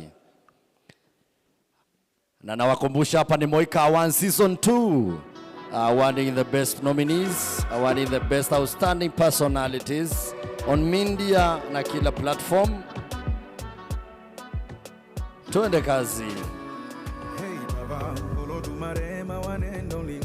Give out of iko tunanapa mesimama kozu kona mimi, you never let me go. Mipaka yangu umeitanulia mbali, even sky sio limit kwa ikibali, hata itazwana shangilia kwa ndani. DJ. Allow me call the next category. That's the female club stroke association leader of the year. Hey, female club. And the winner is Irene Kinyamweti. Irene Kinyamweti, wapi makofi ya Irene Kinyamweti? All the way from Meru, I tell you. Karibu sana. Utatulia hapa hivi. Wapi makofi ya Irene? Siwasikii hiyo makofi yenu. Mko na wivu leo. Asante sana Irene, congratulations. Aya, tuende kwa the next category. The female model of the year. Female model, huyu I tell anakanyanga hivi. Aya, nani huyo? Joy Patient Mwangi. Joy Patient Mwangi, wapi makofi ya Joy Patient Mwangi? Tulia hapo, ingia sasa kama model. Twende kazi. Aya, ndio huyo sasa. Acha tuone kama anaweza model. Kuja sasa.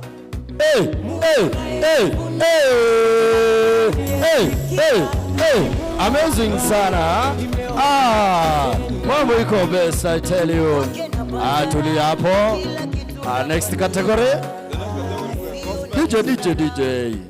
The next category is Gospel Song of the Year. Gospel Song of the Year. And the winner is Philip Chege Jogona. Wapi makofi ya Philip Chege Jogona? Karibu sana.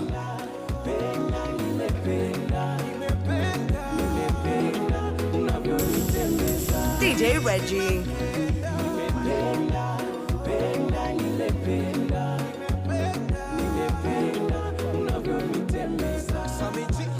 Kuna changamoto utokea katika safari ya wokovu. Yes, amazing.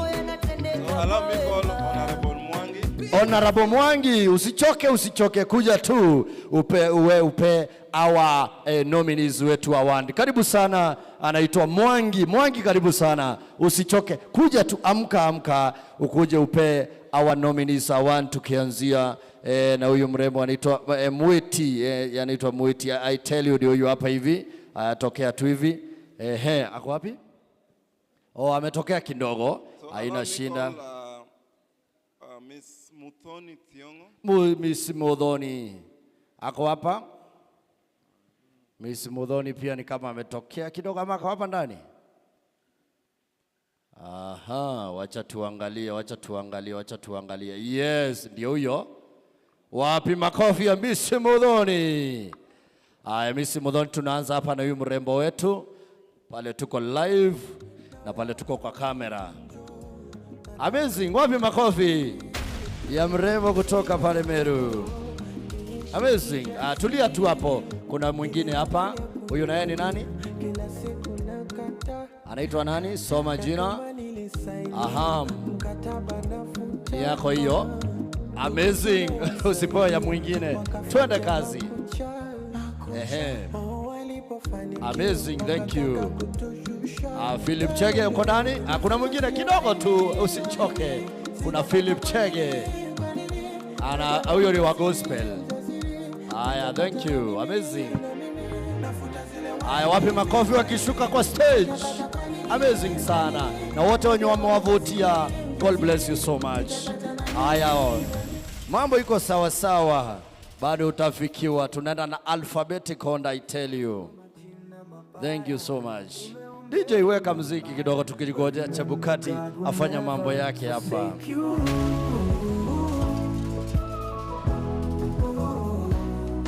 Kalenda ya Mungu sio kama ya mwanadamu.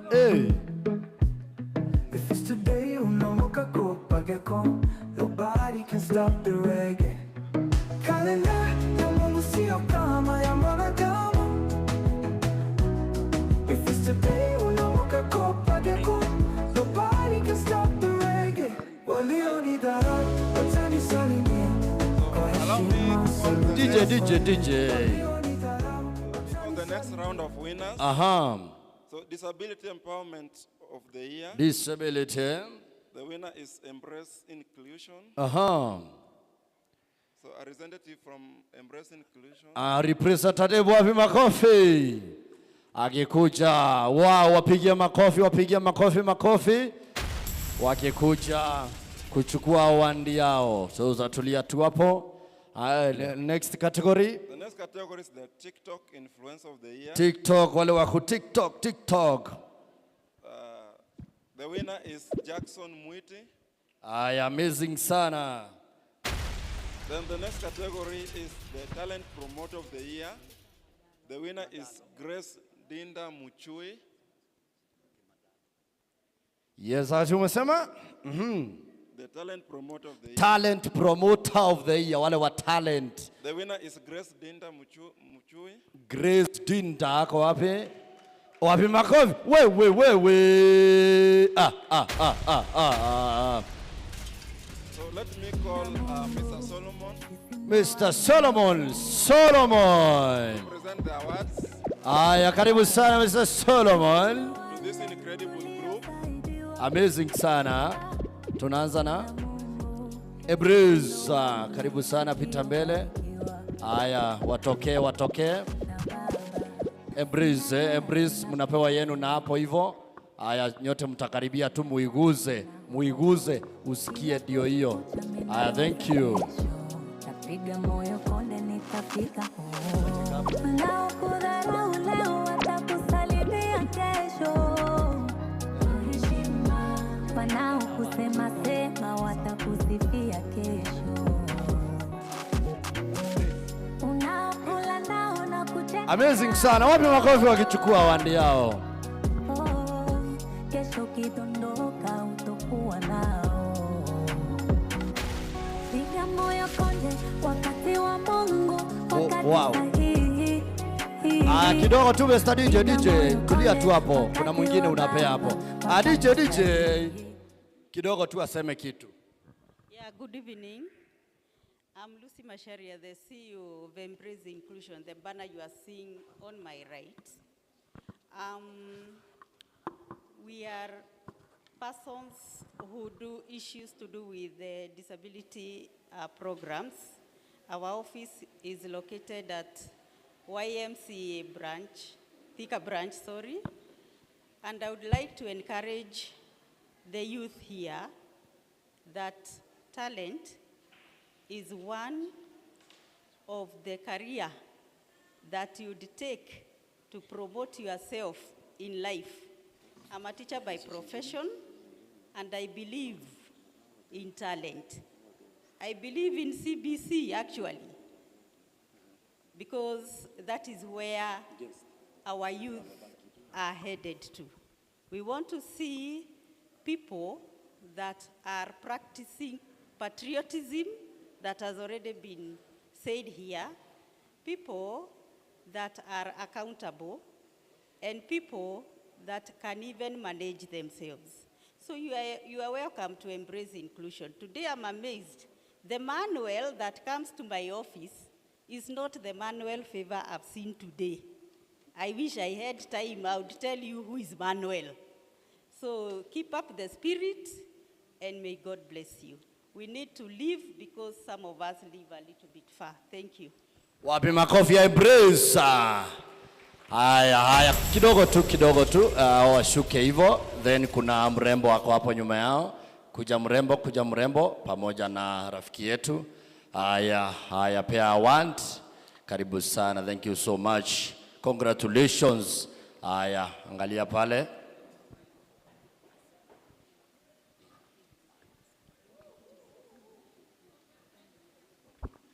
That's amazing. That's amazing. That's amazing.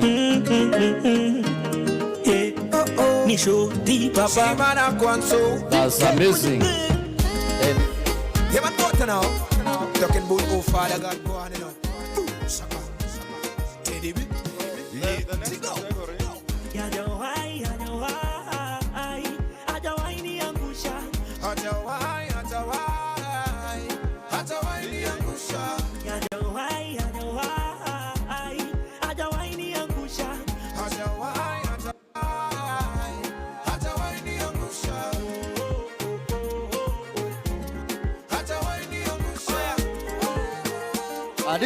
DJ, wacha tuambie kitu kabla aende. Karibu sana.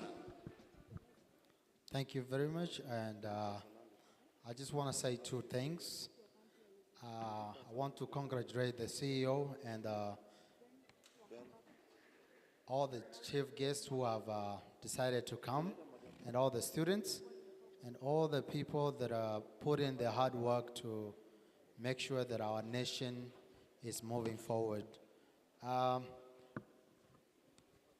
not in the mood to say a lot, but I really want to echo what she just said. I'm a firm believer of talent. Myself, I have an African Talent Academy where I'm the CEO, called Myogenic himself, whereby we have Dr. Ezekiel Mtua as our chancellor, and Honorable Hadvice Mudaro as part of the protocol team for our academy. Myself, I'm a retired United States Army soldier, and that is just a talent. To become a soldier, I will tell you, nobody can pay you enough to do the job. It's not an easy job to do, but I thank God that with all the talent that I had when I grew up. So I'm here to congratulate one more time. And there's a guy called Emmanuel who reached out and invited me. I want to give him my award from the Myogenic Africa Talent Academy. He did so much to make sure that some of us made it down here. He will come to my office. I will give him a check of 5,000 for the amazing job that he did. And I want also to recognize my team, my myogenic team that came with me. Thank you very much for accompanying me. I'm honored to be your CEO. Thank you very much. And Mr. CEO, we also want to extend partnership to you guys so that we can check on improvements and doing it better next time. And let me say that may God bless you. Thank you very much. Amazing sana, amazing sana. Wapi makofi yake? Thank you, thank you, thank you. So the next category is the TV Personality of the Year. TV Personality.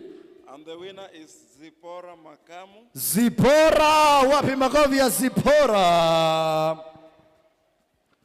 Karibu sana Zipporah, tokea. She comes, I'll also announce the winner of the Radio Personality of the Radio Personality, wale wa kuongea hata hujui kama unasikizwa, uko tu naongea tu, hujui hata kama kuna watu wanakusikiza. The winner is Kelvin Murori. Kelvin Murori yako nani? Karibu sana mrembo, utatulia hapa, ndio tuite guest mwenye atakupea award. Kelvin Murori ni kama yuko, one of my friend atamchukulia, Dan, kujuchukulia Kelvin Murori kwa Meru FM. The next category is Photographer of the Year. Kidogo Mr. DJ. Ati nini? The next category is the Photographer of the Year. Yule wa kuwapiga mapisha. Alafu nani huyo? The winner is Sarafina. Wapi makofi ya Sarafina? Karibu sana Sarafina. Thank you so much, Sarafina. Aha, ndio huyo. Allow me request Advisor Mdalo. Advisor? Mdalo. Advisor ako wapi? Karibu sana Advisor. Upea watu wetu awada. Awards to this incredible team. Wow, amazing.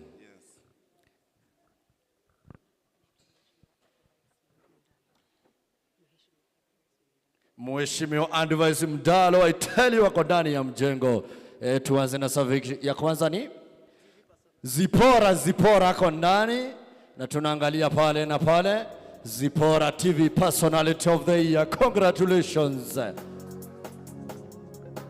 Amazing sana.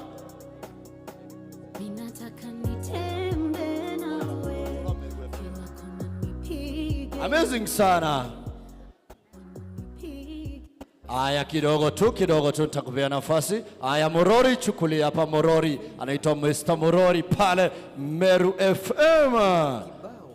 Amazing sana.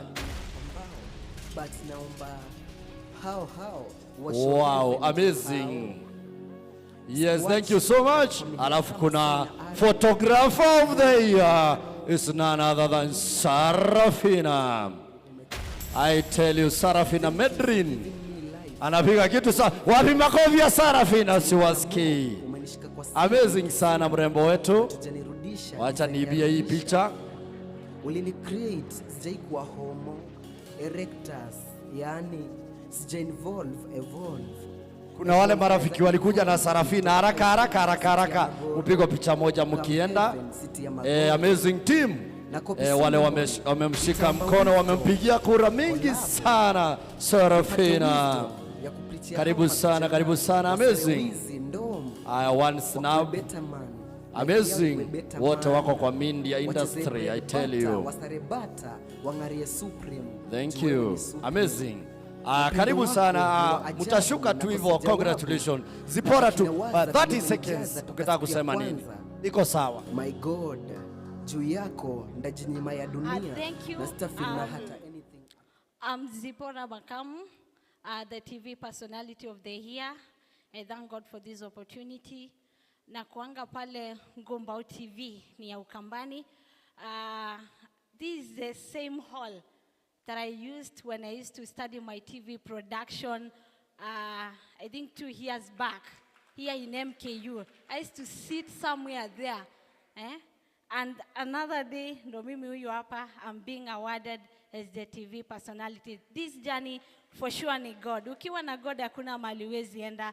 Hakuna mahali huwezi enda. Sometimes I sit down and look at myself seated doing interviews, doing great interviews, being called as the only youngest journalist in Ukambani to host someone from the government like Isaac Maura. I question him. I question people like Okio Mtata and so many great people. Like Ijani ni God. Ukieka God mbele, hakuna mtu. There is nowhere you cannot go. Thank you so much, and thank you, Moika Awards. Thank you so much. God bless. Tumpigie makofi, tumpigie makofi. That's amazing, that's amazing. Tuende kazi, DJ Pulo. Allow me call the next round of nominees. So the category is Pharmaceutical Market of the Year. Pharmaceutical Market of the Year. That's Martin Muchai, Muthamia. Martin Muchai, Muthamia Kotani. Karibu sana. Karibu sana. Then we are also awarding Gerald Mwiti. Gerard Mwiti ako nani? Gerard Mwiti kama ametokea Douglas, kujuchukulia Gerard Mwiti as the Pharmaceutical Market of the Year. Yes, karibu sana. Next category? The next category is the Outstanding Teacher of the Year. Outstanding Teacher. It's Grace Mumo. Grace Mumo. Grace Mumo. Ako ndani? Allow me request Traffic's Ali to present the award. Hali wapi makofi ya Hali. Karibu sana, karibu sana ukipea vijana wetu wa award. Yes, tunaanza na ya kwanza ni nani huyo? Nani huyo? Pharmaceutical kijana iko hapa. Huyu upande wa pharmacy abana mchezo. Karibu, ingia hapo nyuma mrembo.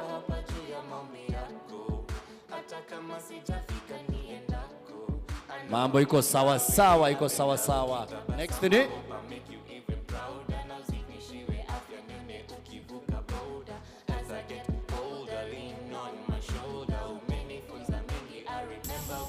DJ Reggie.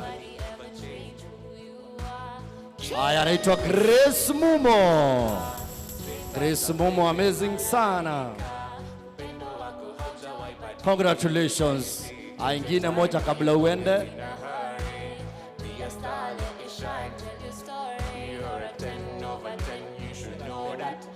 Anaitwa Mr. Gerard Pharmaceutical. Oh, dear, congratulations. Upande wa pharmacy abana mchezo. Thank you. Iko sawa, tutashuka tu hivyo. Ama mnataka group photo? Aya, one group photo.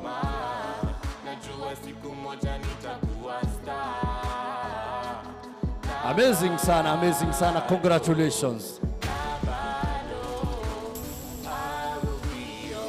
Advisor Mwezimu wa Mlalo. Karibu sana, uambie watu kitu kabla tuende kwa the next category. DJ Polo.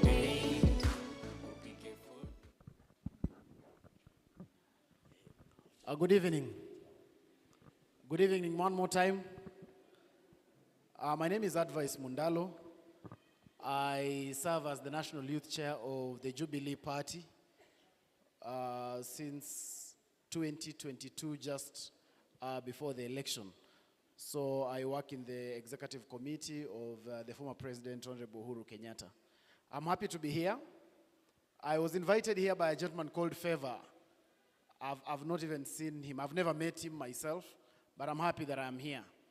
My biggest duty is to serve the young people of this republic, and I'm happy that you guys are young people who are doing something constructive with your lives. I want to commend the CEO of the awards because you are doing something to start appreciating these young people at a very young age. Because this is the time when we are supposed to take up and start taking up the leadership of this country. And I'm glad that this is coming up even just next to the next election, when we are starting to empower young people and urging all of us to stand up and take these leadership positions from the different quarters that we are, right from the university to the electorate side outside there. I have run for election before. I ran for Senator of Bungoma County in the last election. And we in politics never say we lose elections. We say it is the votes that were fewer than what the IEBC expected of us. But that having been said, I still want to urge you guys as young people, please, this country is at a place where it needs us more than any other person, because we are the majority in this country, right? And if young people are the majority in this country, then young people deserve every place. And as it stands today, and I'm happy there is a TV here, we are urging the IEBC selection panel, because there are 3 young people below the age of 35 who are on that, who are shortlisted to be commissioners of the IEBC. And I'm happy there is a TV here so it can get this message across, that we are still agitating as young people from Mount Kenya University, that we still want a young person on that commission, for the reason that the majority of the voter in the next election is this generation that is seated here. We can't be the majority who are going to run for election, the majority that is going to vote in that election, and yet we cannot count the election. Telling young people that you need 10 years experience to be a counter of elections is wrong. Si hata hapa nimeona tuko na chairman wa IEBC. Hiyo experience imetosha yeye kwenda kuhesabu kura ya elections, sindio? Sindio? So we are saying them that 10 years is too long for you to be able to do that. Otherwise, I want to really appreciate and thank you guys very much.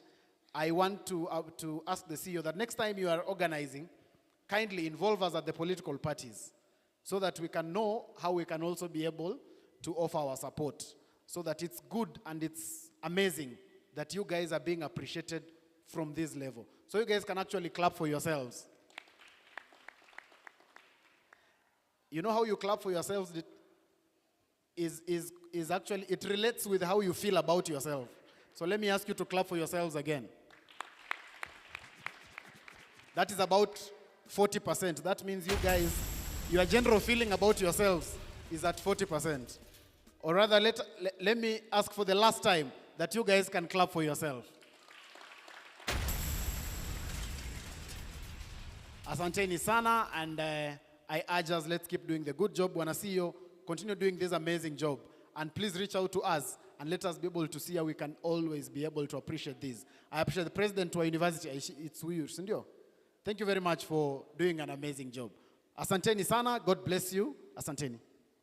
Amazing sana, wapi makofi yake. That's DJ amazing, that's Reggie. amazing. Thank you very much, sir. We welcome you more and more again to Moika Awards. Even next time we'll involve you and the Jubilee Party. Kabisa. So Moika Awards has recognized Meru Youth Voice. Meru Youth Voice. As the first runners-up, the charity group of the year. Charity group of the year, Meru Youth Voice, wangekuwa wameanza kutokea hapa. Meru Youth Voice, we have something for you. Because in Moika Awards, we always have something for the participants. Wow, Meru Youth Voice watoke teke teke. So please come. Wapigie makofi wakitokea, wapigie makofi wakipigie makofi. We presented the scholarship forms to all the members of the Meru Youth Voice, and the CEO certificate here. And then I also want to call the next category, that's the Male Club Stroke Association. Male Club Association of the Year. And the winner is Enoch Munene. Enoch Munene ndani ya mjengo. Karibu sana Enoch, karibu sana Enoch. Wow, that's amazing, that's amazing. So please bring Enoch's trophy. There's a trophy Enoch, let a certificate. Where's the chairman of the Meru Youth Voice? Meru chairman of the Meru Youth Voice, shikilia hiyo. Alafu trophy kuja hapa mbele. Shikilia hapa. Allow me call Rodney Munene to present. Munene karibu sana, upe hawa vijana wa pale Meru Award pamoja na the certificate plus the scholarships. I tell you, so mjipange venye mtapigwa hiyo picha moja, mutoshe nyote. Yes, amazing. Haya pale hivyo, ingia hapa katikati.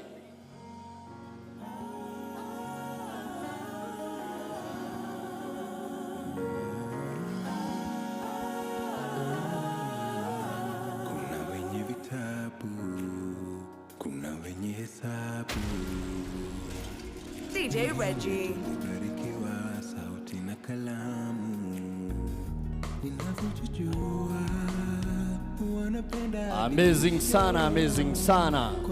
Iko sawa. Jivunia moja moja ni kukuita wangu. Aya, kidogo tu vijana. Ila wewe umenionyesha ninaweza kupendwa. Na wengi wakasema eti sitawahiweza kuweza. Ona vile tunaishi hii life bila pressure. Amazing sana, amazing sana. Wacha kamera imesoma sasa ipige. Congratulations. Kidogo tu Manase, the CEO Moika Awards, amesema wacha pige vijana picha moja safi plus the Meru Youth Voice. Congratulations. Very promising, very determined team kutoka pale Meru, all the way from Meru mpaka Moika Awards season 2. So the next category is the media station of the year. Media station of the year tukimalizia. And the winner is Dizzy TV. Dizzy TV. Allow me call Mr. Gabriel. Gabriel. From Best Budget Computers. Tokea na tusiende kaendelee tu, lazima tumalizia na maombi venye tu tulianza tukimalizia. So a representative from Dizzy TV. Dizzy TV, wale wa mandizi sasa amazing. Dizzy TV yako wapi? Haya, tokea teke. Nani anawapea trophy? So Mr. Gabriel. Mr. Gabriel. Karibu sana Dizzy TV. So in his absence, allow me request the president. The to president. present the trophy. Also present the trophy to the male student leader of the year, who is Stanley Odhiambo. So please present the two trophies. Please bring Stanley's trophy. Thank you so much. The president anapeana trophy sasa. Tuanze kazi. Hawa ni wa Dizzy TV Dizzy TV. Amazing sana. Na tafadhali tusitoke. I have to invite one person atufungie na closing remarks, alafu maombi, alafu we call it a day. Thank you, amazing. The next one anaitwa Stanley anapewa na the president. The president himself. The president. Congratulations kijana. Amazing sana. Tunakafunga kukafunga. Wacha tukonfirm. Nani hajapata trophy? Na alikuwa amekujia? Nani hajapata? Category? Hello? DJ Polo. Tukimalizia kuna wale wajapata categories, wacha tukonfirm hapo hivyo. Ndio tuone nani wajapewa and then tumalizie. So kindly let's be patient kwa sababu kitu tulianza lazima pia tumalizia. Nani amebaki? So I forgot the 4 categories. 4 categories peke yake alafu tumalizie. So we have got the MC/Hype Man of the year. MC/Hype Man of the year. The winner is John Patrick Mlati. John Patrick tokea teke. Next category. The next category is Instrumentalist of the year. Instrumentalist of the year. Nani huyo? The winner is Eric Olwen. Eric Olwen tokea teke. Nani mwingine? The last one is Carol Muli. Carol Muli. The winner is the CEO/founder of the year. So the CEO of the year is Carol. Carol. Then the last category is Humanitarian of the year. Humanitarian of the year. The winner is Kimanzi Mwendwa. Kimanzi tokea. So allow me request a representative from Dizzy TV to Dizzy TV. Wale wamekuwa wamekitu stream live pale Dizzy TV on Facebook, on YouTube. Pia hapa live imekuwa ikistream the all event, the all coverage. Utawapata pale Facebook na pale YouTube. So these are the last categories and then we call it a day. Thank you for your patience. Dizzy TV, where's the representative? I want representative. Akuje, I want hizi categories zote ziko hapa. Tunaanza na gani mtu wangu? CEO of the year. Ako wapi? Hey, hey, he's smart, I tell you. So tulia hapa, kuja straight. CEO of the year plus your certificate iko ndani. Aya, focus pale kwa kamera na pale kwa Dizzy TV. Amazing sana.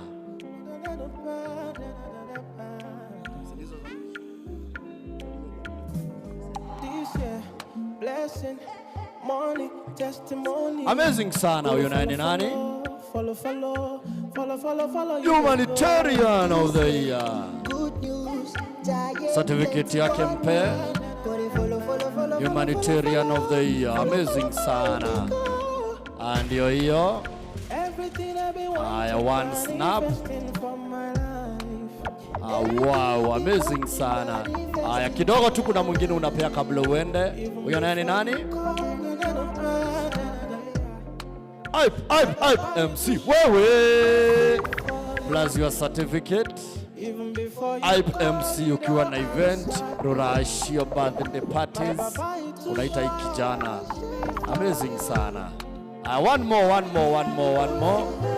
Ukipewa trophy tu nashuka hivyo. Amazing sana. Alafu tuko na kijana jina ni nani? Instrumentalist pale kwa kanisa, I tell you, anafanya mambo. DJ.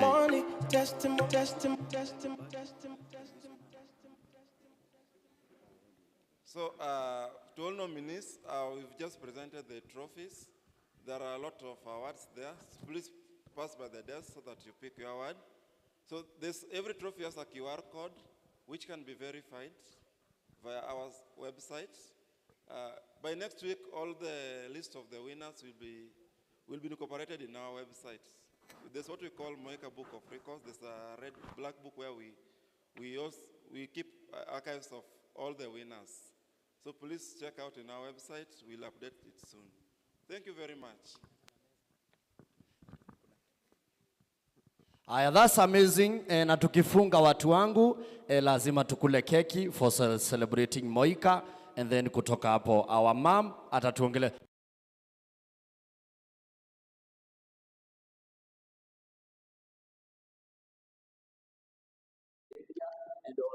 Check, mic check, iko sawa. We celebrate together, alafu tukafunge. Thank you for your patience watu wangu. Nimekuwa MC chairman wa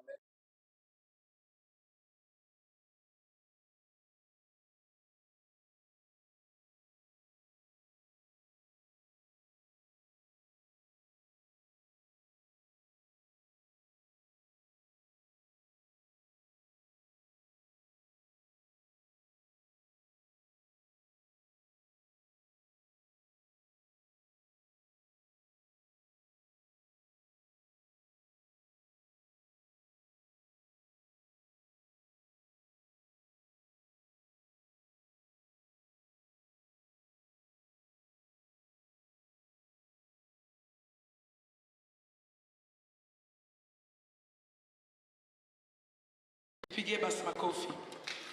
Tujipigie makofi kwa kungoja. Yeah, I want to congratulate all the winners because of your resilience, patience, working hard.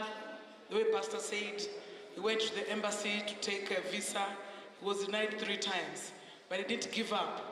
Right now he's reigning in different fields.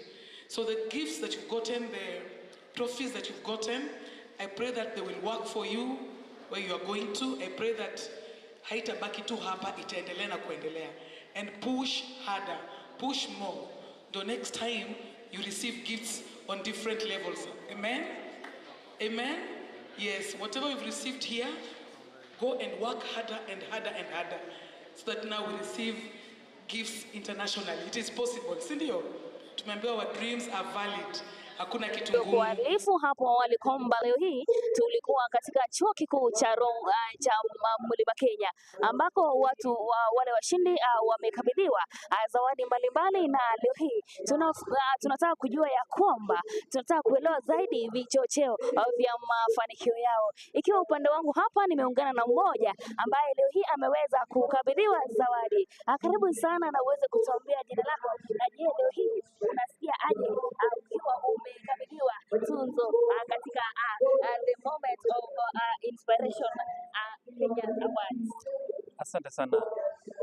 Pastor dadangu Nelfas. Nimeshukuru sana na ninafurahi karibu kwa kupata kikombe siku ya leo. Nimeweza kutuzwa tuzo kutokana na ile bidii pamoja na ujuzi na talanta ile ya ubunifu na pia kuumba zile michoro tofauti tofauti kama vile nembo ama kadi za biashara. Na pia naweza kusema ya kwamba kutokana na yale kauli ambayo tumepewa siku ya leo, tunapata ya kwamba vijana bado tunapaswa kupata himizo zaidi kuhakikisha ya kwamba tumefanikiwa katika njia yote ile ya maisha, kuhakikisha ya kwamba kama si masomo peke yake, pia kuna jinsi tunaweza kuinua maisha yetu ili tufike. Dana, ungeweza kuambia nini yule ambaye alikuunga mkono wala kukupigia kula kwa kufanya leo hii kuwa mshindi katika hafla yetu? Chenye naweza sema ni kwamba safari, iwapo unaenda mahali na kuna safari unafaa uende, unapata ya kwamba uweze fika peke yako na uweze tembea peke yako. Kile ambacho kinapaswa kufanya ni kwamba unajaribu kutembea na watu. Kwa hivyo ningependa kuwashukuru wale wote ambao waliweza kunipa kura kutokana na bidii yangu, na pia ningependa kuwaambia pia siku ingine waweze kujaribu ili pia wapate kitu. Na Dan, kuna wale ambao pia walijaribu lakini kwa bahati mbaya hawakuweza kufanikiwa katika kupewa tunzo leo hii. Je, unaweza wahimiza nini pale nje? Kitu kingine ambacho ningependa kusema ni kwamba ukitia bidii unapata ya kwamba unaweza kufikia kile kilele ambacho unakihitaji.